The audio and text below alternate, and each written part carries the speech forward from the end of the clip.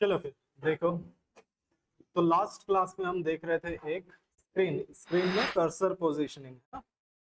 Cursor को position करना देखा था। वो सेम ही प्रोग्राम अगर आप देखें तो वो एक और उसके अंदर एग्जांपल है हमारा कंट्रोल स्टेटमेंट का सेलेक्ट स्टेटमेंट है ना। सेलेक्ट स्टेटमेंट में हमने पढ़ा था ना decision making, if else if, है ना। ये उसी में ही एक और हमको मिलता है स्विच। ठीक है। तो ये जो प्रोग्राम हम कल देख रहे थे जिसको हमने आधा देखा था, उसमें आप अगर देखो तो स्विच हमको दिया हुआ उसके। स्विच नाम से ही पता चल रहा है ना। हम किसी ऑप्शन पे स्विच कर सकते हैं। हम ऐसे कई सारे ऑप्शन क्रिएट कर सकते हैं कि हमको इस ऑप्शन में जाना है, उस ऑप्शन में जाना है, ऐसे हम अलग अलग स्विच कर सकते हैं। इसके लिए हमको ये दिया हुआ है। तो सिंपल हमारे पास जो प्रोग्राम है हम उसी को देखते हैं। जैसे हमने बनाया था, एक मेन्यू डिजाइन किया था, है ना, सिंपल सा। ये मैं रन करके आपको दिखाऊं कल का, तो देखेंगे ये रहा हमारे पास ये मेन्यू हमने कल देखा था। सिंपल हमने पोजीशन किया था मेन मेन्यू, पहला ऐड, दूसरा अभी जो पेज दिया उसमें नहीं है ना, पुराना पेज, पुराने पेज पे ये सारा बना हुआ है। नए पेज का हम पढ़ेंगे अभी थोड़ी देर में।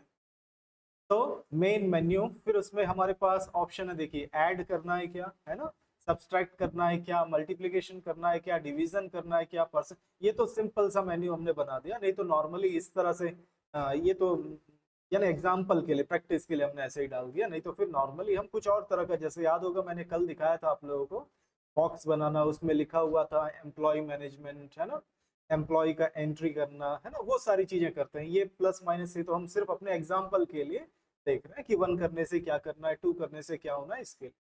तो सिंपल सा हमने ये बना दिया मेन्यू। अब हम क्या चाहेंगे कि हम वन टाइप करें तो ऐड करने का काम चलना चाहिए, टू टाइप किया तो सब्सट्रैक्शन का काम चलना चाहिए, है ना, इस तरह से। तो इसके लिए आप प्रोग्राम में देखें तो सीन किया हुआ है वहां पर भी। तो जैसे मैं यहाँ पर चलता हूँ सबसे लास्ट में, और यहाँ पे एंटर योर चॉइस, उसके नीचे मैं कर देता हूँ यहाँ पर सी इन, और यहाँ पे मैंने दे दिया सी एच। तो एक वेरिएबल हमने बनाया। ऊपर में जाता हूं और यहाँ पर देखिए हमारे पास इंट एक सी एच नाम का एक वेरिएबल बना हुआ है। ठीक है, सी एच चॉइस के लिए। इंट क्यों? क्योंकि मैं 1 2 3 या 4 या फिर 5 टाइप करूंगा इसके लिए, इसलिए हम यहाँ पे सी एच यूज कर रहे हैं। ठीक है, आप कोई भी वर्ड यूज कर सकते हैं। तो हमने एक वेरिएबल बना दिया इंटीजर टाइप का। अब मैं यहाँ पे टाइप करूंगा सी एच पे 1 या 2 या 3 या 4, किस हिसाब से, इस मेन्यू के बेस पे। मुझको अगर ऐड करना है तो 1 टाइप करूंगा, है ना, सब्सट्रैक्शन करना है तो मैं क्या करूंगा 2, तो उसके हिसाब से। ठीक है। तो अब इसके लिए मैं स्विच प्रोग्राम में यूज करूंगा स्विच। तो यहाँ पर हमारे पास देखिए स्विच दिया हुआ, इसमें हमने ब्रैकेट, ब्रैकेट के अंदर हमको कौन सा वेरिएबल पास करना है, सी एच। इसके अंदर मैंने, आप सभी को मालूम है एक फंक्शन होता है ना, फंक्शन जिसके ब्रैकेट स्टार्ट क्लोज होते हैं। देखिएगा यहाँ पर मैंने बताया था आप लोगों को, एक्सेल से हम पढ़ते आ रहे हैं, ब्रैकेट स्टार्ट क्लोज नाम के आगे होता है वो क्या होता है, फंक्शन। तो स्विच भी एक फंक्शन की तरह है। देखो ब्रैकेट के अंदर हमने सी एच, जो भी 1 या 2 जो भी टाइप करेंगे वो इसके अंदर चला जाएगा। अब इसके हमने स्कोप चालू किया इसका, और इसके अंदर देखिए केस 1 कैसे लिखेंगे हम, केस 1, और ये मैंने कॉलन डाल दिया, देखिए, है ना, केस 1। इसी तरह से हम डाल देंगे केस 2, फिर केस 3, है ना। इस तरह से हम क्या करेंगे, जो भी ऑप्शन, यानी कि हम यहाँ पे 1 भेजेंगे तो फिर ये 1 वाले केस में मैंने जो कुछ भी लिखा उसको वो रन करेगा। 2 लिखा तो फिर 2 वाले केस में वो भेज देगा, और वहां पर जो मैं प्रोग्राम लिखूंगा वो उसको रन कर देगा। जैसे मैं यहाँ पे 1 वाला, तो 1 वाले पे गया, मैंने यहाँ पे लिख दिया सी आउट, और सिंपल हमने डाल दिया enter two number. Simple 2 number type करो बोलकर मैसेज डाल दिया। और यहाँ पर क्या कर दिया, सी इन, आपको मैंने दिखा दूं, या ऊपर में मैंने नंबर 1 नंबर 2 नंबर 3 नंबर 4 ऐसे बहुत सारे वेरिएबल्स बता दिए, है ना। और टोटल के लिए तो ये इंटीजर, तो मैं यहाँ पर चला जाता हूँ, यहाँ पे मैंने बोला नंबर 1 नंबर 2। तो 2 वैल्यू मैंने टाइप करने के लिए यहाँ पे बना दिया। सिंपल मैसेज आएगा और सिंपल मैंने डाल दिया। और यहाँ पे क्या करेंगे हम, सिंपल, सिंपल हमने क्या करना है, प्लस करने के लिए बनाना था। तो हम यहाँ पर सिंपल, ऊपर मैंने टीओटी बोलकर भी बनाया हुआ है, TOT is equal to number 1 plus number 2 कर दिया। बस सिंपल सा प्लस का कमांड दे दिया मैंने। और उसके बाद फिर मैंने यहाँ पे सी आउट, और यहाँ पर मैंने टोटल दिखाने के लिए टीओटी, ये आप बहुत अच्छे से बना सकते हैं कि एंटर नंबर 1 एंटर नंबर 2, दूसरा टोटल निकलने के बाद जो भी आप लिखना चाहें कि सम ऑफ बोलकर भी मैसेज में लिखना चाहें, वो सब आप जानते हैं कैसे प्रिंट करना, वो उस तरह से कर सकते हैं।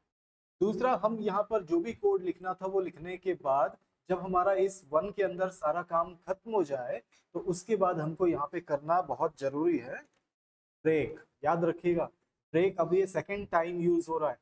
एक यूज हुआ था लूप को ब्रेक करने के लिए, याद होना चाहिए, कल हमने पढ़ा था। तो अगर आपको लूप ब्रेक करना है तो ब्रेक वर्ड यूज होता है। दूसरा कहां पर यूज होता है? स्विच के अंदर। स्विच के अंदर हम जिस केस के अंदर पहुंच गए उस केस के अंदर काम करने के बाद लास्ट में हमको क्या करना होता है? ब्रेक, यहाँ से निकलने के लिए। ठीक है, तो ये पहला कोड हो गया। तो वन टाइप किया तो यहाँ पर पहुंच जाएगा। इसी तरह से टू के लिए मैंने सब्सट्रैक्शन के लिए किया तो मैं इसी कोड को कॉपी पेस्ट कर देता हूँ। देखो ये मैंने इसी कोड को कॉपी कर लिया, यहाँ पर पेस्ट कर दिया और यहाँ पर प्लस की जगह लगा दिया मैंने माइनस। ठीक है, सिंपल सा माइनस लगा दिया तो ये माइनस करके मुझको शो कर देगा। बाकी कोड आप लोग टाइप कर लीजिएगा कि इनटू करने से कैसा करना, माइनस वो आप कर सकते हैं, सिंपल सा छोटा छोटा प्रोग्राम है। दूसरा, यहाँ पर 4 डाला, 5 डाला और इसी तरह से 4 5 हमने डाल दिया। उसके बाद अगर हमारे पास किसी ने गलती से 6 टाइप कर दिया, 7 टाइप कर दिया, है ना, हो सकता है ना, हमने डाला है 1 2 3 4 5 ऑप्शन है ना, 5 आपके पास ऑप्शन है, लेकिन आपने 6 टाइप कर दिया, 7, तो आप यहाँ पर लिखेंगे डिफॉल्ट, है ना, डिफॉल्ट। डिफॉल्ट लिखकर आप यहाँ पे कर दो सी आउट, कोई भी मैसेज हम डाल सकते हैं, इनवैलिड ऑप्शन, ये मैसेज डाल दिया, जो मैसेज डालना। यानी मैं यहाँ पर तो मैंने कितने ऑप्शन डाले, केस डाले 1 और 2। अगर मैं 3 डालूंगा तो मुझको क्या मैसेज आना चाहिए? इनवैलिड ऑप्शन, क्योंकि मैंने 3 के लिए नहीं बनाया है। यहाँ पर 4 टाइप करूंगा तो नहीं, तो इसीलिए हम डिफॉल्ट ऑप्शन भी यहाँ पर डाल देते हैं कि उसके अलावा कोई और चीज अगर टाइप किया तो इनवैलिड ऑप्शन बोलकर मैसेज आना चाहिए। ठीक है, तो सिंपल यहाँ पर मैं चलता हूँ और इसको मैं बिल्ट एंड रन करता हूँ। ये मैंने बिल्ट एंड रन किया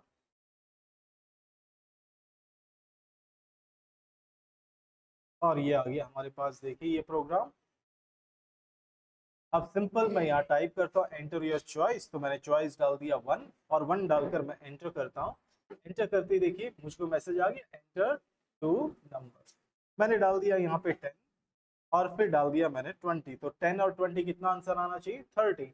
ये एंटर किया, देखिए 30, इस तरह से, है ना।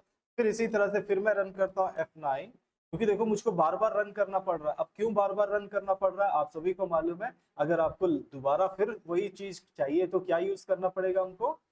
लूप, है ना, आपको इसको लूप में डालना पड़ेगा। जब आप इसको लूप में डालेंगे तो आपको बार बार यानी कि रन करने का जरूरत नहीं पड़ेगा।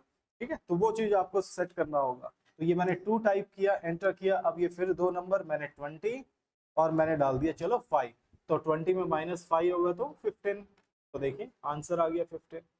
तो इस तरह से हम स्विच ऑप्शन को यूज करते हैं और स्विच ऑप्शन ज्यादातर इसी तरह से मेन्यूज वगैरह में जाने के लिए इस्तेमाल किया जाता है, ऐसे मेन्यू डिजाइन करने के लिए। ठीक है, अब इसी तरह से मैं एक और बार रन करके दिखाऊं ताकि डिफॉल्ट ऑप्शन को भी हम चेक कर लें।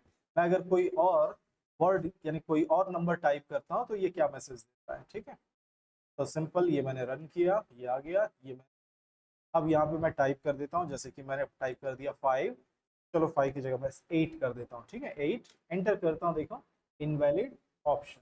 ठीक है, अगर केस में एक भी वो नंबर नहीं है, वो ऑप्शन नहीं है जो आपने टाइप किया है, तो ऑटोमेटिक ये बोलेगा, क्योंकि यही मैंने लिखा है ना उसमें इनवैलिड बोलकर, तो इसलिए इनवैलिड ही लिखा हुआ आएगा।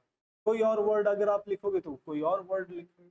ठीक है, तो इस तरह से, तो ऐसे हम ये यूज करते हैं। तो ये स्विच प्रोग्राम, ये स्विच ऑप्शन किस लिए यूज करते हैं? ज्यादातर मेन्यू डिजाइन करने के, है ना।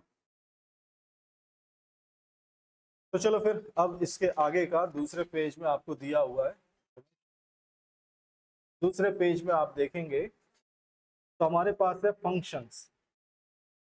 ठीक है, हम पढ़ेंगे किस बारे में? फंक्शंस। फंक्शन नाम आप लोगों ने बहुत टाइम से सुना है। हमने कहाँ से सुनना स्टार्ट किया है? वर्ड से। वर्ड भी देखें तो वर्ड में भी हमने फंक्शन पढ़ा था, याद होना चाहिए। वर्ड में क्या फंक्शन सबसे पहला पढ़ा था? रैंड, है ना, रैंड बोलकर, जिसमें हम क्या लेकर आते थे? पैराग्राफ वाला। वही सेम चीज फिर एक्सेल में हमने पढ़ा। वही चीज हम जब सी प्लस प्लस में प्रोग्राम कर रहे हैं तो इसमें भी हमने पढ़ा क्या क्या? ये मेन वाला, मेन फंक्शन, पिछली क्लास में हमने स्क्वायर रूट वाला फंक्शन देखा है ना। ऐसे ही हम बार बार हम क्या देख रहे हैं, फंक्शन के बारे में देख रहे हैं। इस बार हम क्या करेंगे, फंक्शन खुद बनाना सीखेंगे कि फंक्शन कैसे बनाते हैं। तो आप सोचो जो आपने देखा एक्सेल में फॉर्मूला वगैरह, वो सब इसी तरह से बनाए गए हैं, ठीक है। तो ये फंक्शन होता क्या है, सिंपल आप पेज में देख सकते हैं, पीस ऑफ कोड है ना, एक कोड का, एक तरह से छोटे से कोड का एक ग्रुप है, छोटा सा प्रोग्राम है जो बार बार आपको रिपीट होता है ना। कोई ऐसा कोड जो बार बार आपको रिपीट करना होता है, बार बार आपको उसका जरूरत पड़ता है, तो आप उसको क्या करते हो, फंक्शन बनाकर रख देते हो, ताकि आपको बार बार उसको लिखने का जरूरत ना पड़े, है ना। जैसे मैंने याद होगा अभी अभी पिछली क्लास में ये एक छोटा सा कोड हमने लिखा, देखिए ये गो टू एक्स वाई, ये भी एक फंक्शन है जो हमने बनाया पिछली क्लास में। जो ये लिखा एक्चुअल में ये क्या है, फंक्शन। इसको मैंने एक बार लिख दिया ऐसा, और देखिए बार बार मैं उसको यूज कर रहा हूँ, देखिए यहाँ पर यूज किया, यहाँ पर go to X Y use किया। मैं चाहूँ तो ये गो टू एक्स वाई का नाम बदल सकता हूँ, मैं यहाँ पर जो नाम दूंगा वही नाम फिर मुझको यहाँ पर यूज करना पड़ेगा। तो ऐसे हम एक बार फंक्शन बनाते हैं और उसको बार बार जहां चाहे वहां पर यूज करते हैं, है ना। जैसे हम सम कितनी बार सम नहीं कर सकते, एक्सेल में जितनी बार जरूरत होगा उतनी बार सम कर सकते हैं, है ना। हर चीज उसको बार बार रिपीट कर सकते हैं, प्रोडक्ट कर सकते हैं, रैंक निकाल सकते हैं, है ना, हर चीज बार बार। वही सेम चीज यहाँ पर भी हमको प्रोग्राम में भी ऐसे ही जरूरत पड़ता है, कुछ चीजों को बार बार रिपीट करना होता है ना। तो हम उसको एक जगह एक बार लिख कर रख देते हैं, और उसके बाद फिर हम उसको बार बार यूज कर रहे होते हैं। तो इसी तरह से हमारे पास यहाँ पे दो तरह के फंक्शन होते हैं, एक यूजर डिफाइन और एक प्री डिफाइन, ठीक है। कितने टाइप के होते हैं ये फंक्शन, दो तरह के, एक यूजर डिफाइन और दूसरा प्री डिफाइन। प्री डिफाइन से मतलब जो सिस्टम ने आपको दिया हुआ है, हम जितने भी फंक्शन यूज कर रहे हैं यहाँ पे वो सभी सिस्टम के दिए हुए, ठीक है। और जो हम बनाएंगे उसको यूजर डिफाइन कहते हैं, ठीक है। तो यहाँ पर आप देखेंगे मेन मेन हेडिंग्स देखिएगा, मैंने 4 हेडिंग्स दिए हुए देखिएगा। टेक नथिंग, रिटर्न नथिंग, फिर टेक्स समथिंग, रिटर्न नथिंग, फिर उसके बाद टेक्स नथिंग, रिटर्न समथिंग, और लास्ट 4 है देखिएगा, 4 टेक समथिंग, रिटर्न समथिंग। मिला सभी को? हेडिंग देखिएगा डार्क 1 2 3 4, ठीक है। तो यहाँ पे 4 तरह से हम फंक्शन बना सकते हैं। हमारा जो फंक्शन है वो किस तरह का होगा, 4 तरह का, ठीक है। तो एक है जो टेक्स नथिंग, यानी वो लेगा कुछ नहीं, रिटर्न नथिंग मतलब वो देगा भी कुछ नहीं, है ना, वो लेगा भी नहीं और देगा भी नहीं। सेकंड वाला क्या है, इसी तरह से टेक समथिंग, वो लेगा कुछ, रिटर्न नथिंग मतलब वो देगा कुछ नहीं। और इसी तरह से फिर तीसरा देखो, टेक्स नथिंग, रिटर्न समथिंग मतलब लेगा कुछ नहीं लेकिन रिटर्न जरूर करेगा। और लास्ट वाला इसी तरह से टेक समथिंग, रिटर्न समथिंग यानी लेगा भी और देगा भी। तो वही चीज यहाँ पर, तो ये 4 ही तरह के फंक्शन आप बना सकते हैं। कोई सा भी फंक्शन बनाएंगे इन चारों में से कोई ना कोई एक फंक्शन होगा ही होगा। तो फंक्शन इस तरह से काम करता है। तो वो किस तरह से हम बनाते हैं, उसको कैसे डिफाइन करते हैं, यहाँ पे आप देखोगे हेडिंग लिखा है टेक्निकल टर्म्स बोलकर लिखा हुआ है। 3 तरह से, एक function definition, function declaration, function call, 3 तरह से एक फंक्शन को हम किस तरह से प्रोग्राम में बनाते हैं, किस तरह से उसको लिखते हैं, उसको ये 3 तरीके, फंक्शन डेफिनेशन, फंक्शन डिक्लेरेशन जिसको हम प्रोटोटाइप भी कहते हैं, और तीसरा है फंक्शन कॉल। देखेंगे वो क्या होता है, अपने आप आपको समझ में आ जाएगा फिर। तो मैं यहाँ से इसको हटाता हूँ और एक न्यू पेज लेता हूँ, सेव कर लेते हैं।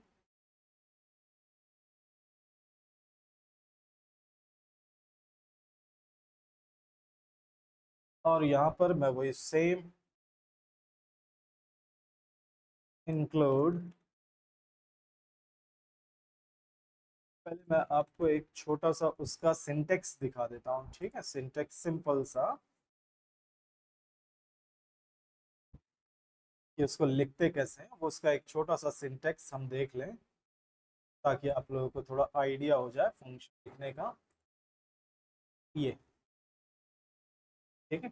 तो यहाँ पर क्या होता है, देखो सबसे पहला फंक्शन नेम, ठीक है, फंक्शन का नाम लिखा जाता है, ठीक है।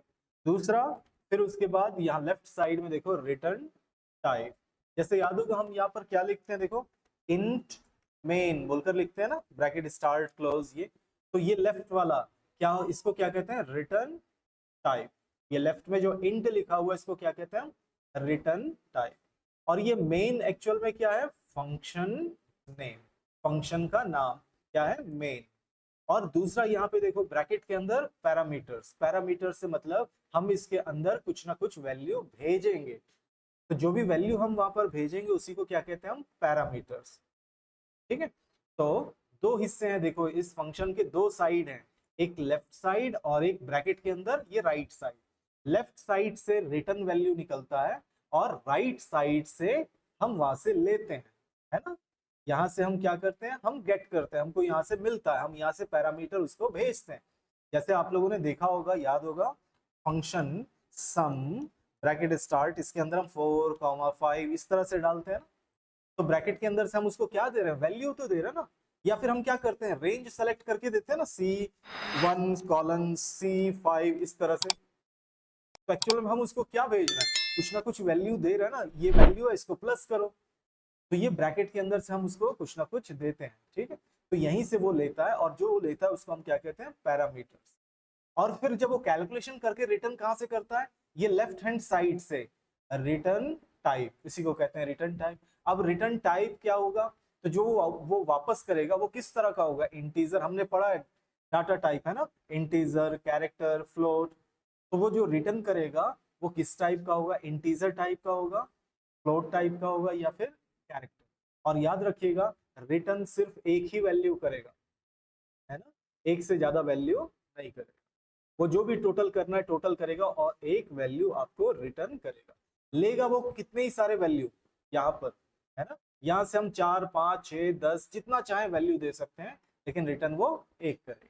ठीक है, तो ये इसका यहाँ पर देखिए, ये इसका दिया हुआ है। और जैसे यहाँ पर इसके अंदर करली ब्रैकेट स्टार्ट क्लोज, और इसके अंदर हम क्या लिखते हैं, जो भी हमको प्रोग्राम करना है वो इसके अंदर लिखेंगे, और फिर क्या करेंगे, रिटर्न करेंगे। जैसे मेन में भी तो होता है ना, मेन के अंदर भी क्या करते हैं, हम रिटर्न करते हैं।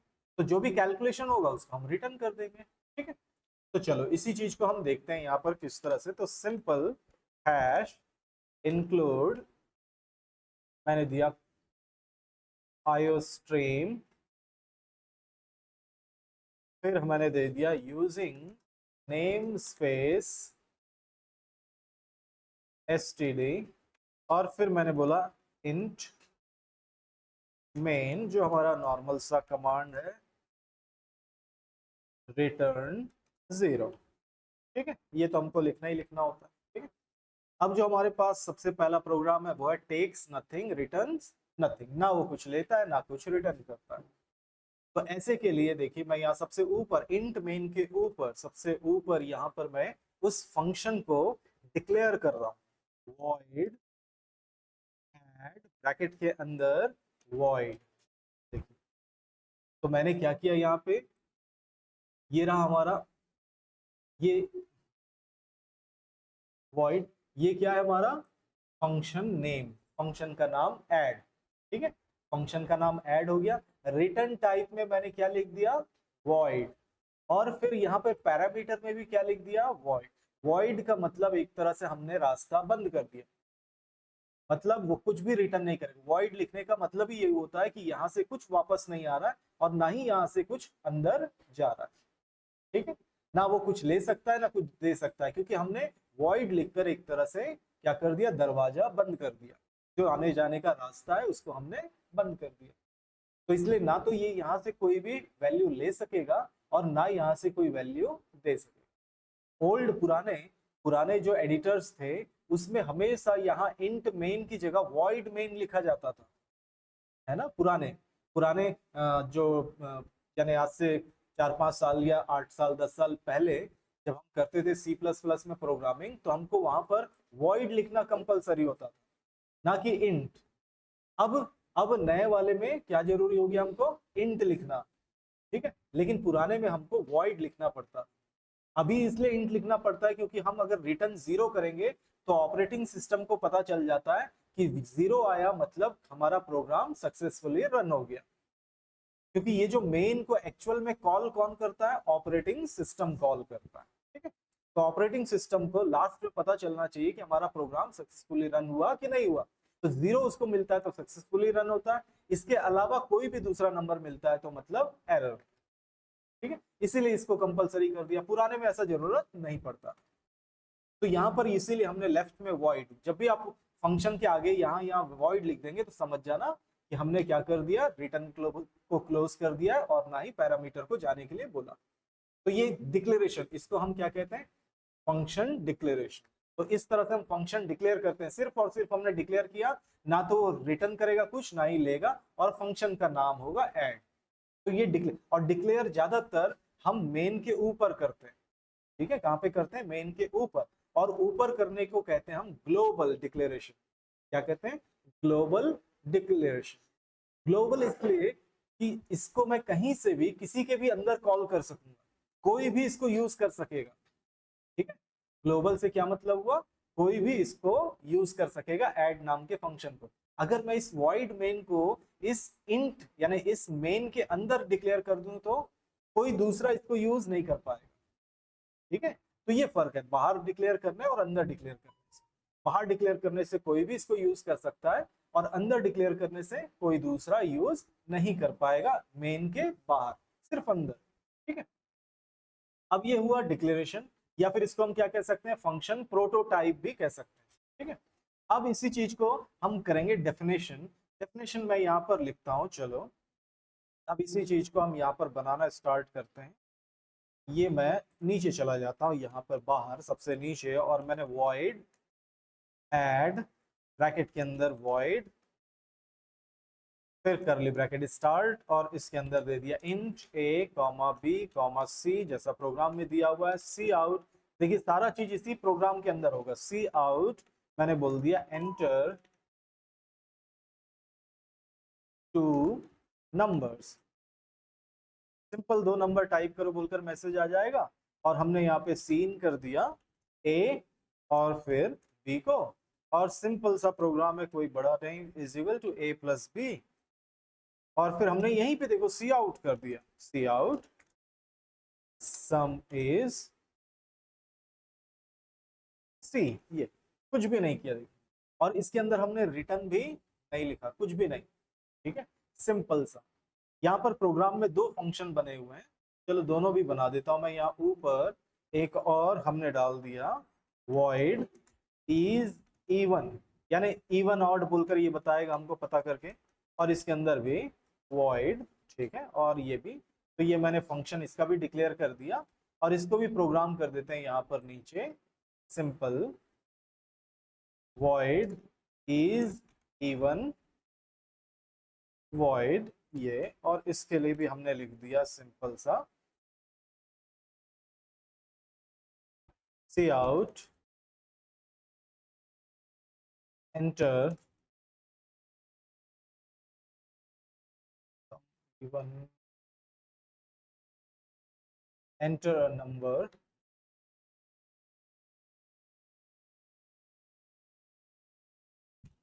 ठीक है, और फिर सिंपल सी इन ए, यहाँ पर हम कर देते हैं इंट ए, और फिर हमने यहाँ पे इफ, याद होगा ये सिंटेक्स, ये कमांड हमने पिछले क्लास में भी यूज किया हुआ है, %2 डबल इज इक्वल टू 0, और फिर हमने कर दिया, कॉमा करने की जरूरत नहीं है, तो सी आउट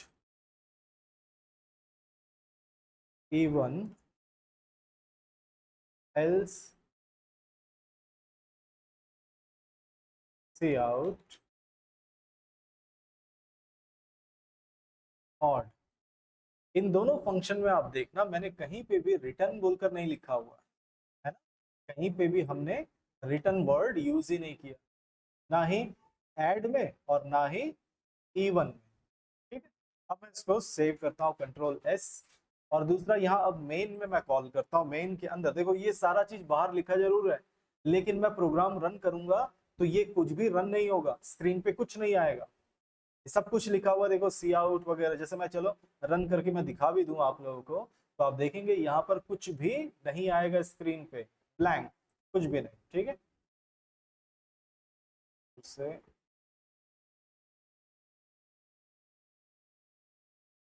ये बिल्ड करते हैं, ठीक है, बिल्ट हो गया और ये मैंने रन किया। आप यहाँ स्क्रीन पे देख सकते हो कुछ भी नहीं आया, देखो, है ना। सिस्टम ने पढ़ा जरूर लेकिन उसको कुछ भी स्क्रीन पे नहीं लाया। क्यों? क्योंकि जब तक मैं इसको कॉल नहीं करूंगा मेन के अंदर, वो आएगा ही नहीं। अब मेन के अंदर हम कॉल करेंगे।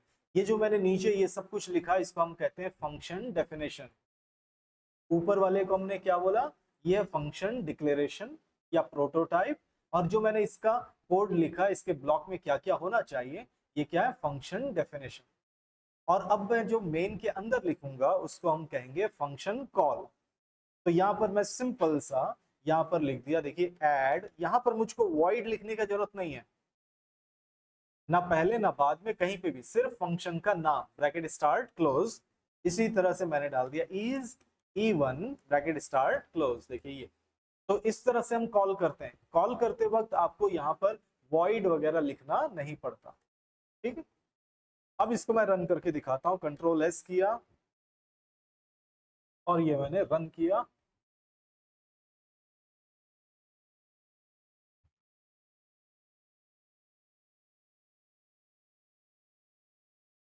देखिए लिखा हुआ आ रहा है एंटर टू नंबर, क्योंकि मैंने सबसे पहले ऐड के लिए दिया हुआ। देखिए मैंने सबसे पहले किसको कॉल किया? ऐड। अब मैं यहाँ पे लिख देता हूँ टू नंबर, जैसे मैंने 5 और ये मैंने लिख दिया 4। ठीक है, ये मैंने 5 और 4 लिख दिया और सिंपल मैं एंटर करता हूँ। देखिए सम इज 9। मैंने न्यू लाइन नहीं डाला इसलिए ऐसा दिक्कत आ रहा है। एंटर अ नंबर, सिंपल एक नंबर टाइप करने के लिए बोल रहा है, मैंने डाल दिया 7। एंटर करता हूँ। देखिए 7 क्या है? एक ऑड नंबर। ये फंक्शन बनाने से एक फायदा क्या मिलता है याद रखिएगा। फंक्शन बनाने से होता क्या है, हमने जो प्रोग्राम यहाँ पर बनाया हुआ है इसको मेमोरी में स्पेस नहीं मिलता है। ठीक है, क्या होता है जब भी आप प्रोग्राम रन करते हो तो ये रैम पे जाकर रन होता है और रैम पे ये स्पेस ले लेता है। लेकिन फंक्शन बनाने से होता क्या है, जब मैं फंक्शन को कॉल करूंगा तभी वो मेमोरी में स्पेस लेगा। जैसे मैंने यहाँ पर अगर कॉल नहीं करूं मैं ऐड को, ये लिखा हुआ है लेकिन तब भी वो मेमोरी में जगह नहीं बनेगा उसका। जब मैंने इसको कॉल किया तब वो क्या करेगा? मेमोरी में क्या इसके लिए स्पेस बनाएगा। ठीक है, एक स्पेस बन जाएगा किसके लिए? ऐड के लिए। इसमें मेमोरी में। और जैसे ही इसका काम खत्म होगा, जैसे मैंने 2 नंबर डाला, प्लस किया और वो बंद हो गया। जैसे ही वो बंद होगा और तभी क्या हो जाएगा इसका, इसको ये मेमोरी से हटा भी देगा। ये फायदा मिलता है फंक्शन बनाने का। ठीक है, तो इसीलिए हम क्या करते हैं, जो रिपीट होते हैं बार बार उसको हम हमेशा फंक्शन बनाकर यूज करते हैं। दूसरा है हमारे पास यहाँ पर दूसरा प्रोग्राम, अगर आप देखें तो इसमें दिया टेक्स समथिंग रिटर्न नथिंग। तो क्या करेगा? वो लेगा कुछ लेकिन देगा कुछ नहीं। ठीक है, तो चलो फिर इसको भी देख लेते हैं। ये मैंने कंट्रोल S क्लास 9.cpp और फिर यहाँ पे सिंपल वही सेम सारा चीज इंक्लूड फ्रेम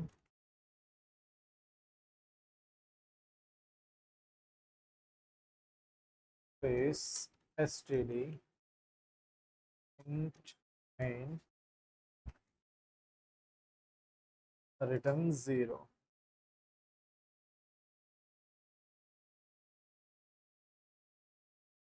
और यहाँ पर एग्जाम्पल है, देखिएगा डिक्लेयर जब किया, फंक्शन जब हम डिक्लेयर करते हैं तब क्या किया हुआ, देखो वॉइड नाम दिया हमने ऐड और ब्रैकेट के अंदर देखो पैरामीटर में हमने लिखा int comma int. Int comma int से क्या मतलब हुआ, हम दो वैल्यू भेजेंगे और वो किस टाइप का होगा? इंटीजर टाइप का। ठीक है, अगर मुझको 3 वैल्यू भेजना होगा तो मैं 3 बार इंट लिखूंगा, 4 बार भेजना है तो मैं 4 बार। ठीक है, और यहाँ पर रिटर्न देखो, रिटर्न साइड पे मैंने क्या डाल दिया? वॉइड। मतलब ये रिटर्न कुछ नहीं करेगा, इसीलिए ये टेक समथिंग रिटर्न नथिंग।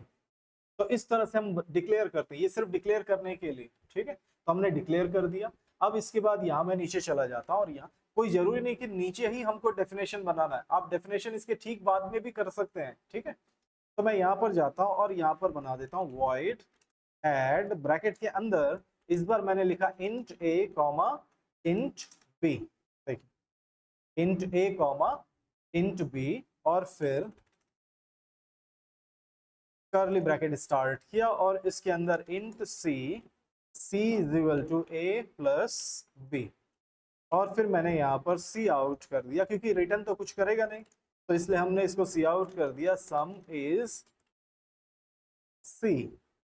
तो मतलब हम यहाँ पर दो वैल्यू भेजेंगे, किसके अंदर, ऐड के अंदर, ऐड नाम के फंक्शन के अंदर दो वैल्यू भेजेंगे, और ये दो वैल्यू जाकर क्या होगा, प्लस होगा और सी पे स्टोर हो जाएगा, और यहीं पर ये क्या कर देगा, डिस्प्ले कर देगा। अब इसी को हम यहाँ पर इंट मेन के अंदर किस तरह से कॉल करेंगे, देखिए इंट x कॉमा वाई हमने बोला, और यहाँ पे सी आउट किया, और यहाँ पर हमने इसमें एंटर करवाया, एंटर टू नंबर।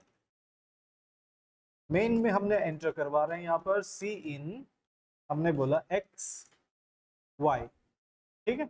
और इसके बाद मैंने सीधा देखो ऐड ब्रैकेट के अंदर देखो x कॉमा y, देखिए यहाँ पर हमने क्या किया, फंक्शन को कॉल किया, दिख रहा है सभी को, हमने फंक्शन को यहाँ पर कॉल किया, और यहाँ पर हमने भेज दिया x और y को।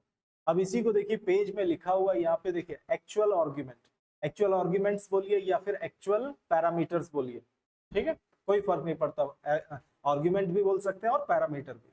तो एक्चुअल है ना, एक्चुअल पैरामीटर, और दूसरा नीचे जो दिया हुआ वॉइड ऐड ब्रैकेट के अंदर इंट a इंट b, उसके सामने लिखा है देखिए फॉर्मल आर्गुमेंट। तो एक्चुअल मतलब जिसमें एक्चुअल में वैल्यू है, मतलब मैं क्या करूंगा, ये x और y में मैं क्या करूंगा, वैल्यू टाइप करूंगा ना यहाँ पर। तो एक्चुअल में हमारा वैल्यू किस में रखा हुआ है, x और y में, और मैं इसको यहाँ पर डाल दिया मैंने किसमें, ऐड नाम के फंक्शन। तो ये करेगा क्या यहाँ पर, ये यहाँ पर करने वाला है, यहाँ पर ये यहाँ पर इसका कॉपी है ना, यहाँ पर समझ लो मैंने x का वैल्यू मैंने टाइप कर दिया 5, ठीक है, और y का मैंने वैल्यू डाल दिया 10। x का वैल्यू क्या टाइप किया मैंने 5, y का वैल्यू मैंने डाला 10। तो ये जब मैंने इसके अंदर इसको x और y भेजा, तो ये यहाँ पर क्या करेगा, इसको भेजेगा यहाँ पर, एक्चुअल में ये क्या भेजेगा, कॉपी, है ना, क्या करेगा यहाँ पर, कॉपी। x का वैल्यू 5 ही है और y का वैल्यू 10 है, उसको हमने क्या कर दिया, यहाँ पर कॉपी भेज दिया, किसके पास भेज दिया, a पे भेज दिया हमने 5 और b पे भेज दिया हमने 10। तो हमेशा याद रखना, जब हम इस तरह से फंक्शन के अंदर वेरिएबल्स को भेजते हैं उसके वैल्यू को, तो एक्चुअल में वो क्या करता है, कॉपी भेजता है। इसी को हम क्या कहते हैं, कॉल बाय वैल्यू। इस पेज में भी आपका लिखा आप देख सकते हैं, कॉल बाय वैल्यूज। तो ये फंक्शन किस तरह का फंक्शन है, कॉल बाय वैल्यूज का, क्योंकि हम यहाँ पर वैल्यू किसी और वेरिएबल में लिख रहे हैं, उसका कॉपी हम भेज रहे हैं यहाँ पर a और b के अंदर। इससे होगा क्या कि a और b में मैं कुछ भी कर दूं, है ना, यहाँ से मैंने 5 ले लिया, a और b में मैं कुछ भी चेंजेस कर दूं, वो चेंजेस यहाँ पर नहीं होगा, x का वैल्यू तब भी 5 ही होगा और y का वैल्यू तब भी 10 ही होगा, ठीक है। तो हम इस तरह से जब फंक्शन को भेजते हैं, फंक्शन में वैल्यू भेजते हैं वेरिएबल से, उसको हम क्या कहते हैं, कॉल बाय वैल्यू। तो यहाँ पर हमने वैल्यू भेज दिया यहाँ पर, अब वो उसको यहाँ पर क्या करेगा, टोटल करेगा और हमको शो कर देगा। तो चलो देखें, यहाँ पर इसको मैं रन करता हूँ, ये मैंने F9 किया और ये हमारे पास ये आ गया, एंटर टू नंबर्स मैंने टाइप कर दिया, जैसे मैंने वही बोला था 5 और 10, एंटर करता हूँ, आप देख सकते हैं हमारे पास टोटल आ गया 15, ठीक है। तो ये क्या हुआ, ये हमारा टेक समथिंग रिटर्न नथिंग वाला ये फंक्शन, ठीक है। चलो यहाँ तक बनाकर आप लोग देखो।